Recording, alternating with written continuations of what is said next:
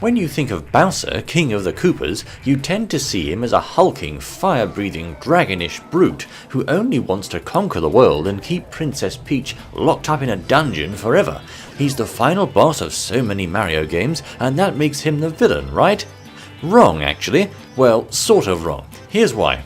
First off, Bowser doesn't always act evil. In fact, he's actually saved Mario on at least one occasion. Don't believe me? Take a look.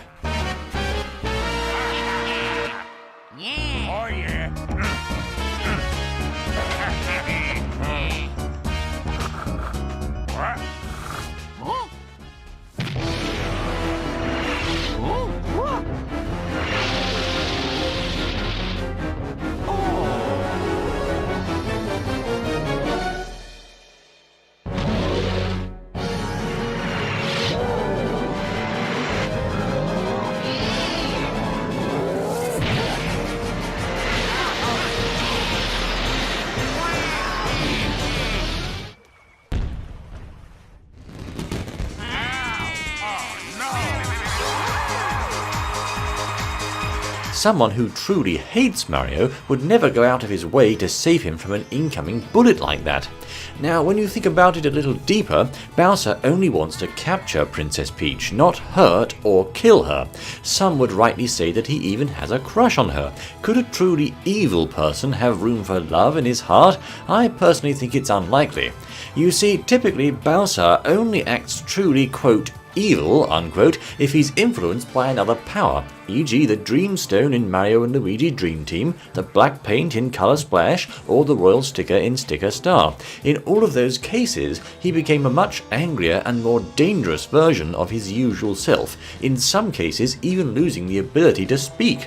On several occasions, once knocked out of that possessed state, he expressed confusion about what was going on that whole time, and seemed unaware that he'd even been doing those very evil deeds. So he does seem to have some kind of conscience, and there's a limit on how far he'll go as a villain. And then there are the times when Bowser has actually allied with Mario. You wouldn't think the big boss of the series could ever do that, but Bowser has. He was eventually one of the heroes in the Subspace Emissary story in Brawl.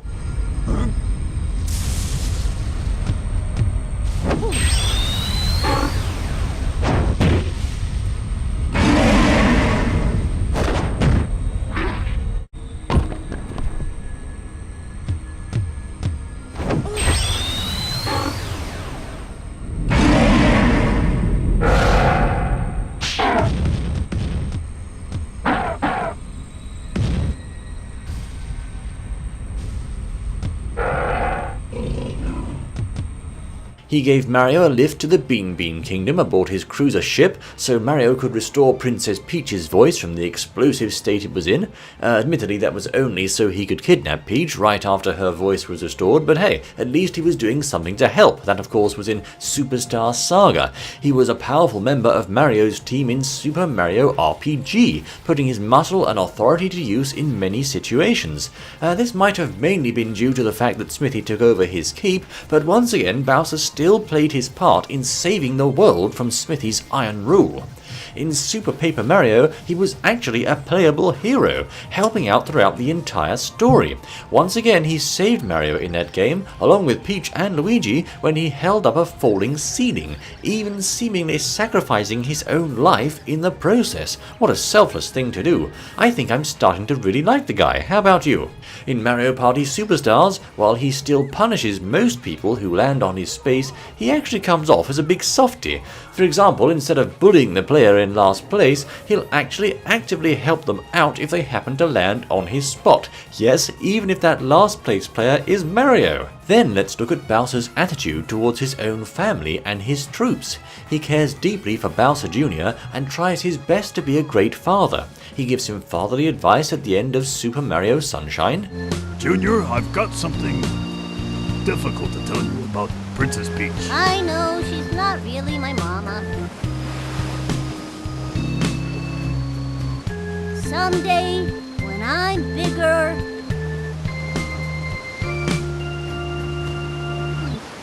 I wanna fight that Mario again. That's right, boy. Well put, son. The Royal Koopa line is as strong as ever.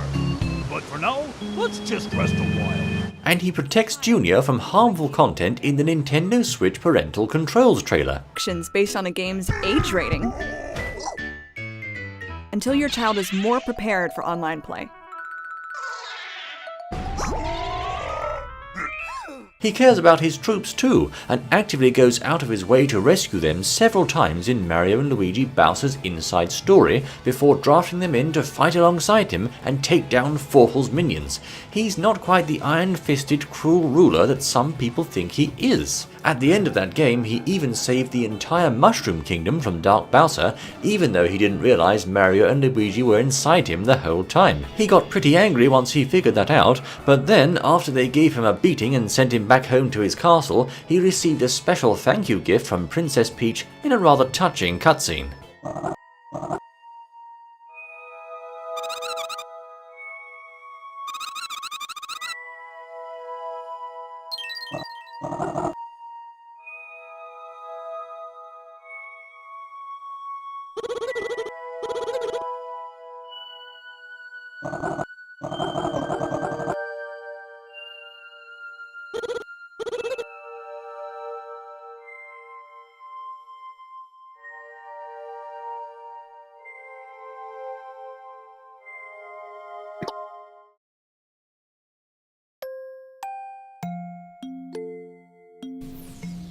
Bowser regularly participates in sports, racing and other spin-off games with the Mario cast, and usually plays by the rules without trying to wreck the events.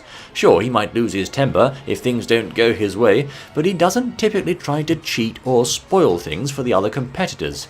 Someone who truly hated Mario and his friends would never agree to socialize with them, they'd secretly be looking for a way to destroy them. But nope, not Bowser, he's just not that kind of guy. Lastly, Shigeru Miyamoto once admitted in a past interview that the Mario cast is really more like a, quote, troupe of actors, unquote. Similar to old cartoon shows like Popeye, the different characters can take on different roles depending on the cartoon, or in this case, the game. We can imagine Mario and Bowser chatting casually together between scenes. Hey, they're probably even great friends away from the set. So when you take all that into consideration, you can see how Bowser, although one of the big bad guys of the series, is actually not a bad guy at heart. He salts and tries to get his own back on Mario, and he has a very unhealthy crush on Princess Peach, but secretly, deep down inside, he's not evil. He's just a big softie who wants to get his own way, and sometimes gets a little too carried away in his scheming. But we bet that if Mario or Peach were ever in mortal danger, Bowser would definitely do everything he could to rescue them, given the chance. Say, hey Nintendo, when are we getting Super Bowser World?